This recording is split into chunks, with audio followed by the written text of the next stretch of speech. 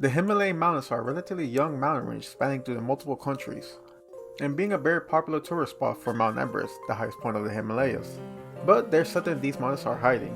In the deep and treacherous snowy mountains, claims from many groups of people who reside in these mountains either claim or worship a creature that locals tell stories of and warn others not to encounter it. In the past, the Sherpa people, who inhabited the most mountainous regions of Nepal, worship a glacial being as a god of the hunt, describing them as cunning and ferocious that can outwit Sherpa hunters with bows and arrows. Believing this creature, as they call Shlomung, I probably pronounced that very wrong, was a part of their belief in the afterlife being revered, and even classifying them into 3 different species. The Drema are monkey-like with red, gray, or black fur that are considered bad omens. The Chutia are bear-like with dark red, gray, or black hair, usually seen walking on all fours and being mostly known for killing cattle. The Midi are human-sized with red or blonde fur, a pointed head, and hair falling over his face. They're described as walking upright and known for kidnapping people. Later on, Tibetan Buddhism will adopt this creature in their beliefs, calling them Migo or Wild Man.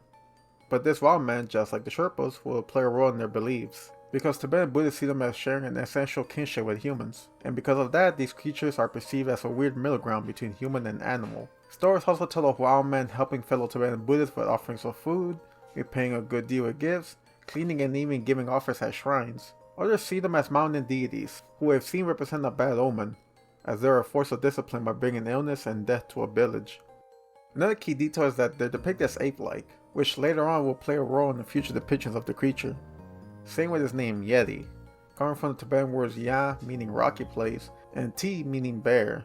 As the 19th century came, more than just locals will claim to see the Yetis, as scholars and naturalists will explore the Himalayas during this time, and accounts will come up from those said people, claiming on seeing beings and footprints of some creature, but coming to some rational or unknown conclusion.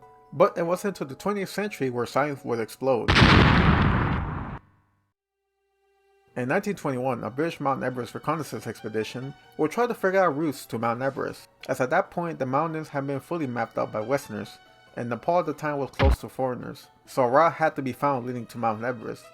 During the expedition, the team will witness mysterious footprints of a man-like creature. The Sherpa guys will explain that the footprints were of the Metokangmi, translated to the Wild Man of the Snows. Even though to this day the translation is believed to be misspelled, but the name will stick and become as we now know it as the Abominable Snowman of the Himalayas.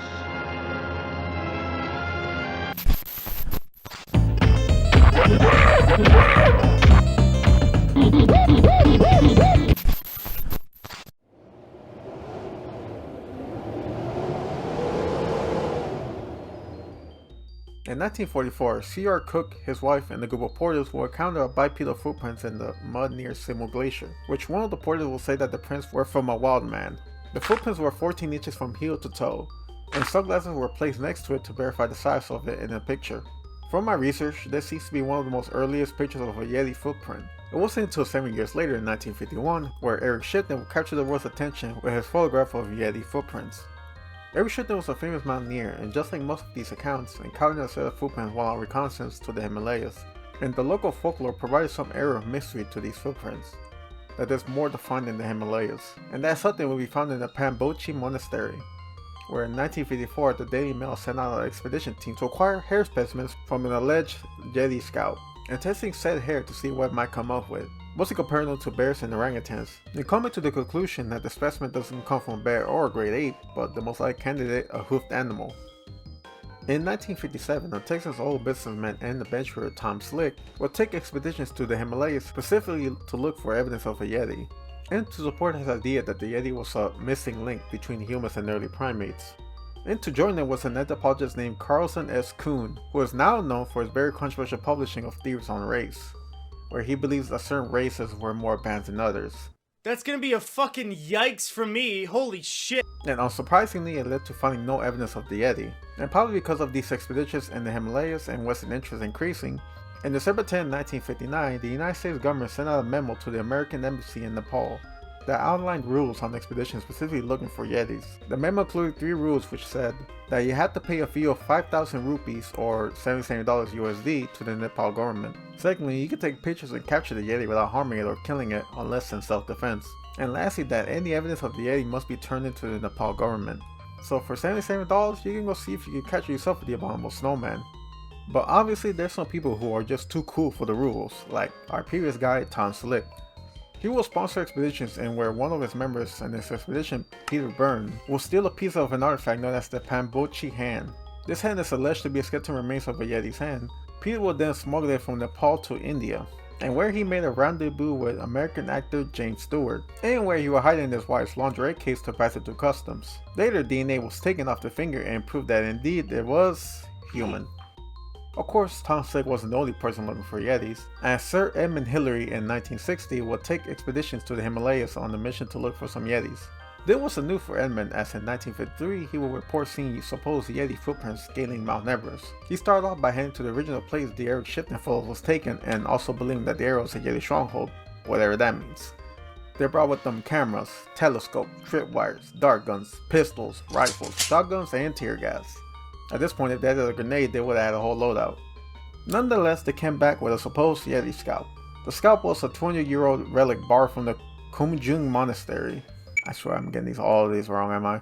Where Edmund would take it to labs in London, Chicago, and Paris, where it was concluded that the scalp was made up of a cerro. Almost the same conclusion as the 1954 expeditions. This was probably not surprising to Edmund, as he was skeptical of the creature, and in 1984 he quoted in saying, quote, "Eric was a joker. He's gone around there with his knuckles, shaped the toe, pressed in the middle. There's no animal that could walk in a foot like that. He made it up," end quote. The scalp was returned back to the monastery, where it's still there to this day. Expeditions will come and go with mostly no definitive evidence. The common consensus was that given descriptions and sightings and folklore, that the Yeti must be some great ape or hominid species that managed to stay hidden from human discovery. Which is not that far off, as mountain gorillas weren't properly known until 1902. And in 2004, the discovery of Homo floresiensis, a new species of archaic hominid or human, led to the idea that the Yeti might be some undiscovered new species, and the discovery of this creature will attract major attention.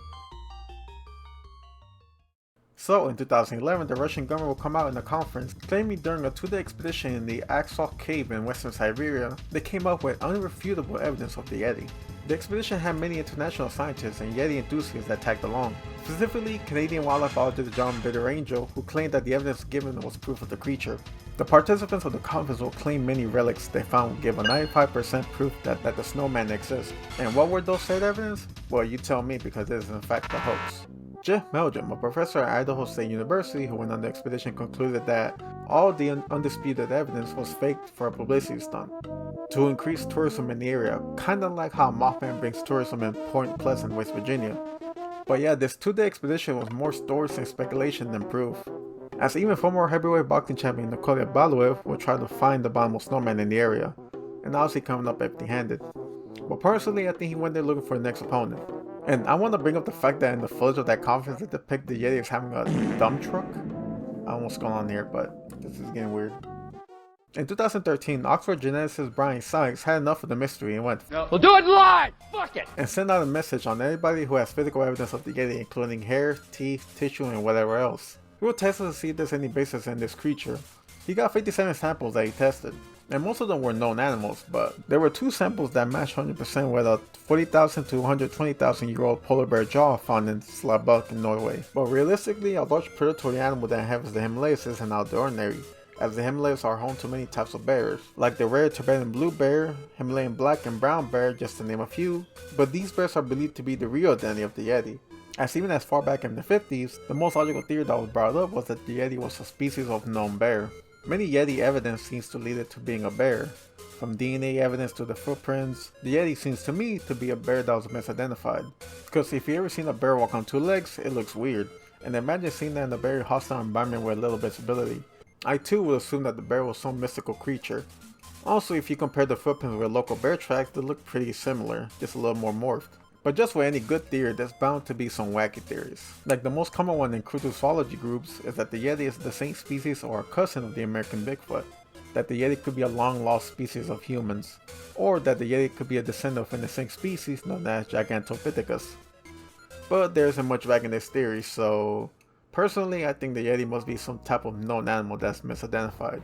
But by the looks of things in the Himalayas, I think it really doesn't matter if it exists or not, as the Yeti is part of pop culture, being mentioned in books, TV shows, video games, and a lot of movies. And because of that, the Yeti plays a role in tourism in Nepal, as it attracts foreigners and brings in business. Recently, during the Abyss in Nepal 2020, which is a tourism campaign funded by the government, Yeti statues were put out throughout Nepal to the confusion of locals who at first didn't know who put them up or who was being depicted. But nonetheless, the Yeti has made its mark on the world. And just like its Bigfoot cousin, we probably still will speculate the possibility of some wild man roaming the uncharted and dangerous Himalayas, that maybe we still don't know what lurks in these mountains, or that locals saw something out of the ordinary, or that maybe it's just a bear, who knows. But what I do know is that the Abominable Snowman will capture our imagination.